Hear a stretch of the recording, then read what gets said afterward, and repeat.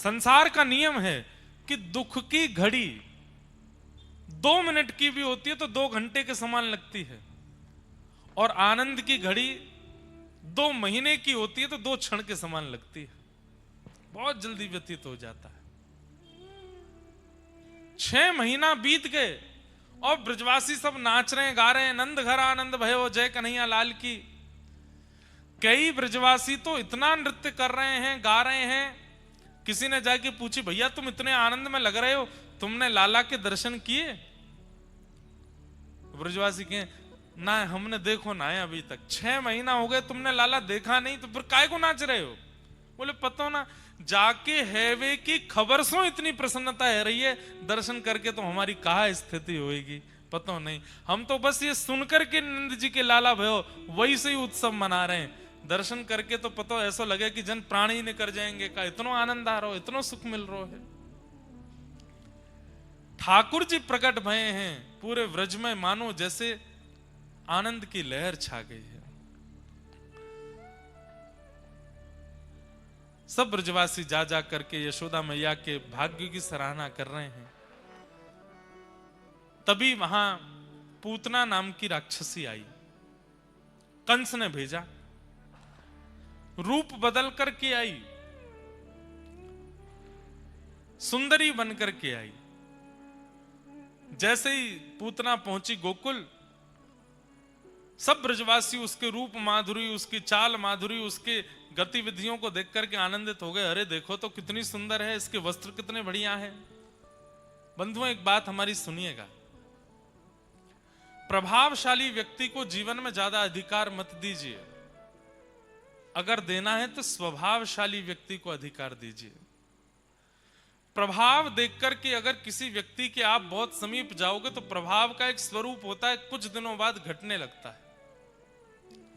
पर स्वभाव का धनी व्यक्ति अंतिम समय तक प्रिय लगता है, अंतिम समय तक अच्छा लगता है। इसलिए अगर जो यहां कुछ युवा बैठे हैं, विवाह का प्रस्ताव आवे, बहुत सुंदर क्यों मत चुनिएगा, बहुत सुंदर हो ऐसा चयन मत कीजिएगा।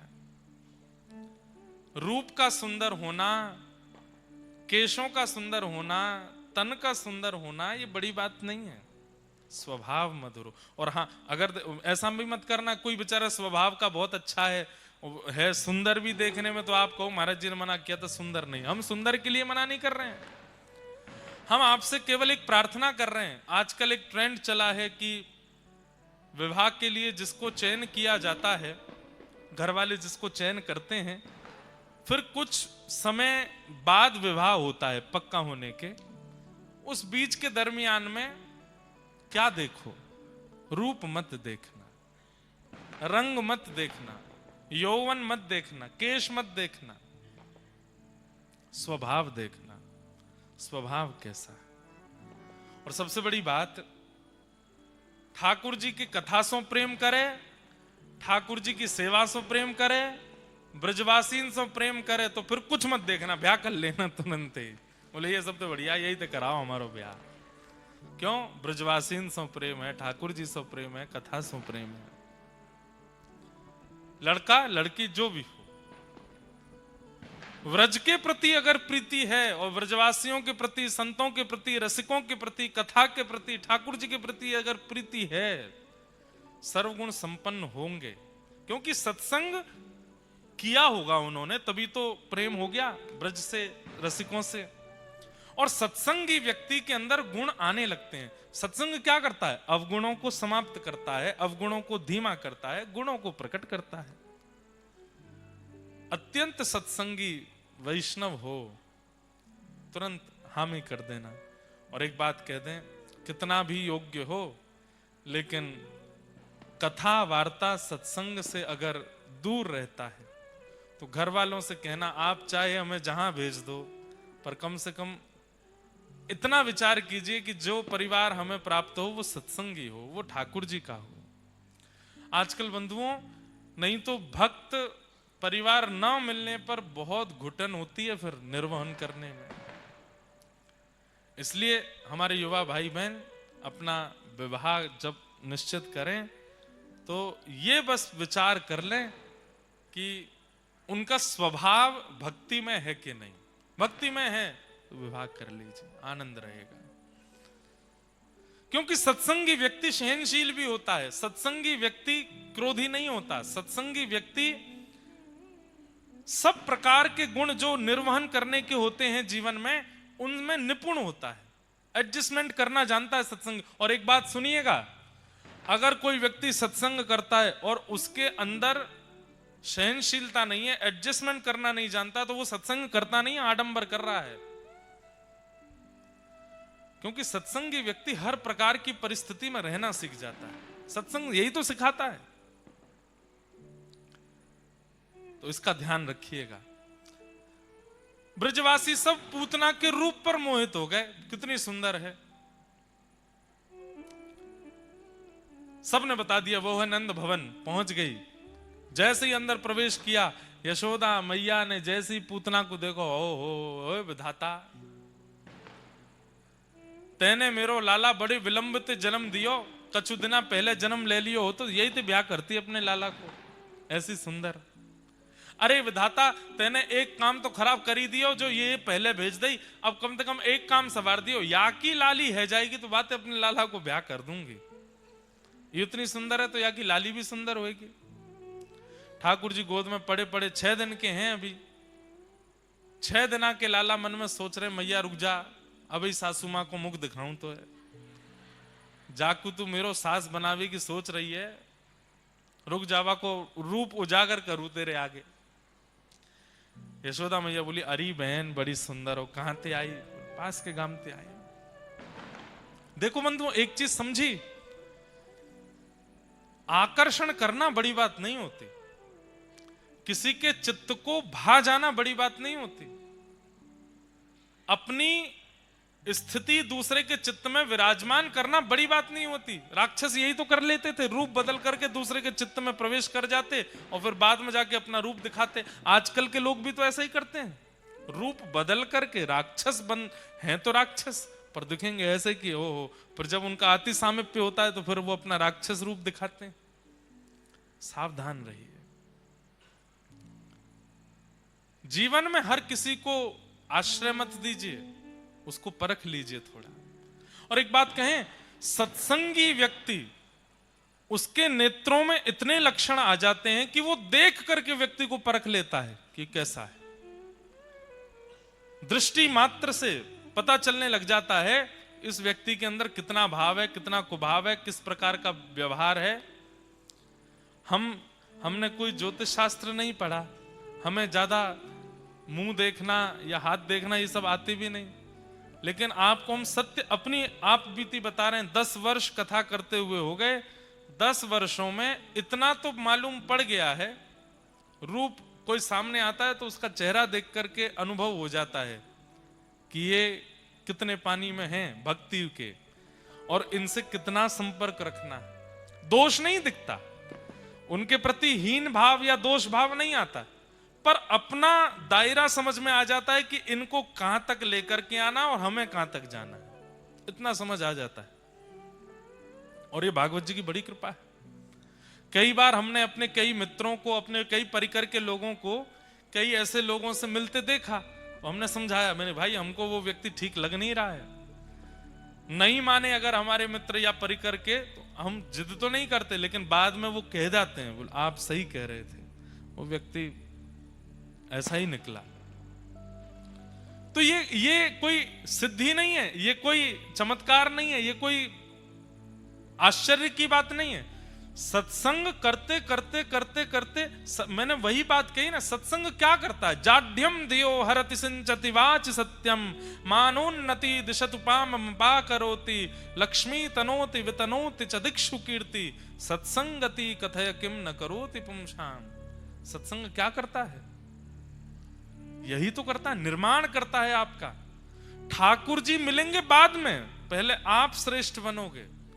आपकी दृष्टि, आपके कान, आपकी नासिका, आपकी जीभ, आपके हाथ, आपके पैर, आपकी त्वचा सब आपके कंट्रोल में आ जाएंगी, और ये सब इस प्रकार कार्य करने लगेंगी कि वायु मात्र से अनुभव हो जाएगा कैसी स्थिति है। कैसी हम कथा करने जाते हैं,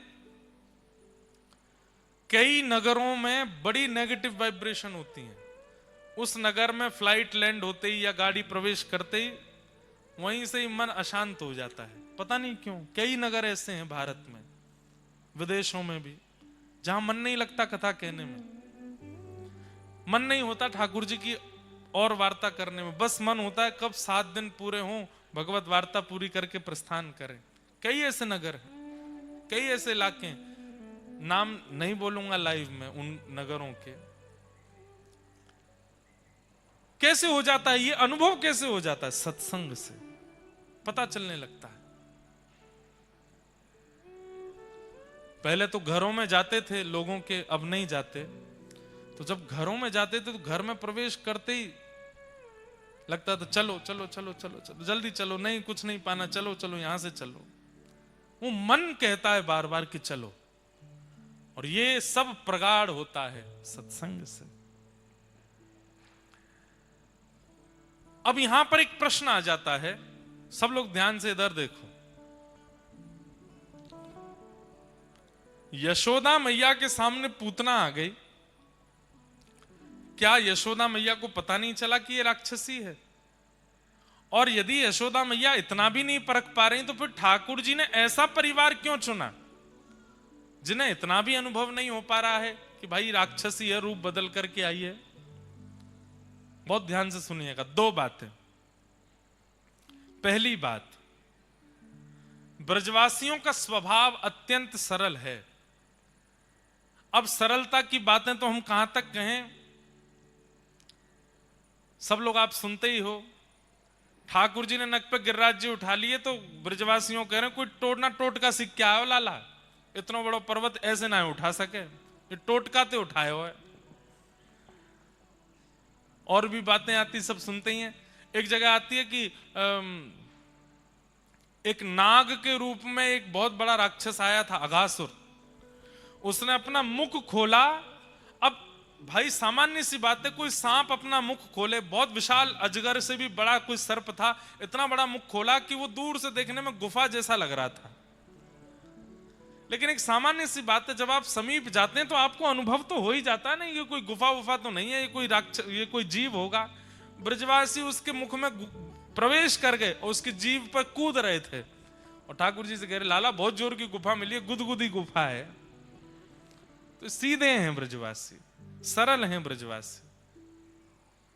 पहला कारण तो ये मान सकते हैं कि यशोदा मैया और ब्रजवासियों को पूतना का क्यों पता नहीं चला, क्योंकि उनके अंदर इतनी सरलता है, इतनी सहजता, इतने सीधे, इतने भोले हैं कि उन्हें पता नहीं चलता, चतुराई नहीं है उनके अंदर। और दूसरा भाव बहुत ध्यान से सुनिएगा। यशोदा मैया कौन है? भक्ति है। साक्षात भक्ति के द्वारा ही तो ठाकुर जी प्रकट होते हैं। यशोदा मैया परख तो पहले ही गई थी कि ये पूतना राक्षसी है, पर मैया ने विचार किया कि इतना चल करके ठाकुर जी के इतने समीप आ गई है, अब यहां से इसको वापस भेजना, इसमें भक्त वत्सलता में दोष आ जाएगा। ठाकुर जी के इतने समीप आकर के कोई वापस चला जाए? अब जब इतनी समीप आ गई है अपने किसी पुण्य के कारण या अपनी किसी योग्यता के कारण, तो अब ठाकुर जी को इसकी गोद में दे देना चाहिए। भले ही कितना भी दोष युक्त है, भले ही कैसी भी है, अब ठाकुर जी के सन्मुख आई गई है, ठाकुर जी इसकी गोद में पधरा करके इसका कल्याण करा दिया जाए, उद्धार करा दिया जाए। तो मूल तत्व से, आध्यात्मिक तत्व से यशोदा मैया ने कृपा करने के लिए ठाकुर जी दिए पूतना की गोद में कि इस पे भी कृपा हो जाए और पूरे विश्व को यह पता चल जाए कि ठाकुर जी केवल भक्तों पर कृपा नहीं करते हैं, ऐसे ऐसे राक्षसों पर भी अनुग्रह करते हैं, उनका भी पयोधर पान करते हैं, उनको दर्शन दे करके उनको भी कृतार्थ करते हैं। तो यशोदा मैया जान तो गई हैं कि ये राक्षसी है, पर मन में विचार कर रही हैं श्री कृष्ण प्रकट हुए, 6 दिन के हैं अभी, इनका अधिकार केवल वैष्णव भक्तों को ना मिले, सबको प्राप्त हो। पूतना आई है, इसकी गोद में पधरा देती हैं ताकि इस पर भी अनुग्रह हो जाए, इस पर भी कृपा हो जाए। पूतना ने कही तुम्हारो लाला बड़ो सुंदर है, मुंह को गोद में दे। तो यशोदा मैया हाँ तुम्हारो ही तो लाला, ले। जैसे ही ठाकुर जी पूतना की गोद में दिए, बंधुओं, यशोदा तत्व को सामान्य मत समझिएगा। हमारे व्रज में जैसे श्री जी की प्रधानता है, राधा रानी की प्रधानता है, गोपियों की प्रधानता है, ऐसे ही श्री यशोदा जी की प्रधानता है। कई लोग ठाकुर जी को लाला भाव से सेवा करते हैं कि हमारे लाला हैं। उनको नित्य यशोदा जी का स्तवन करना चाहिए, नित्य यशोदा जी को याद करना चाहिए। कई लोग श्री जी का गुणगान गाते हैं, कई लोग गोपियों को प्रणाम करते हैं, कई लोग यमुना जी को प्रणाम करते हैं, कई लोग रसिकों को प्रणाम करते हैं। पर जिनके चित्त में ठाकुर जी के प्रति लाला का भाव है, लोल्य भाव है, उन नित्य यशोदा जी को वंदन करो और यशोदा जी से नित्य प्रार्थना करके सोए करो, हे मैया आपके लाला की सेवा हम जैसी तैसी करें, आप कृपा करियो। आप हमारे चित्त में विराजमान है कि हमारे हाथन सो, हमारी वाणी सो, हमारे मन सो, वही प्रकट करवाइयो जासे लाला को सुख मिले। हमसे कोई अन्य भावना प्रकट नहीं हो जाए। मैंने सोच रखा है और मैं करूंगा भी, एक बार सप्ताह कथा केवल यशोदा जी के भाव पर। यशोदा जी के भाव कैसे हैं, यशोदा जी की स्थिति कैसी, कितना ध्यान रखती हैं ठाकुर जी का और किस प्रकार से सेवा करती हैं लाला की।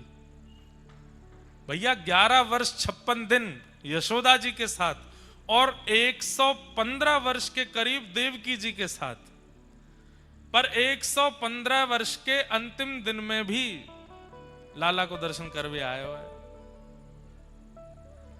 115 दिन में भी, इधर देखो यहां देखो, ग्राम सिन्न जी थे,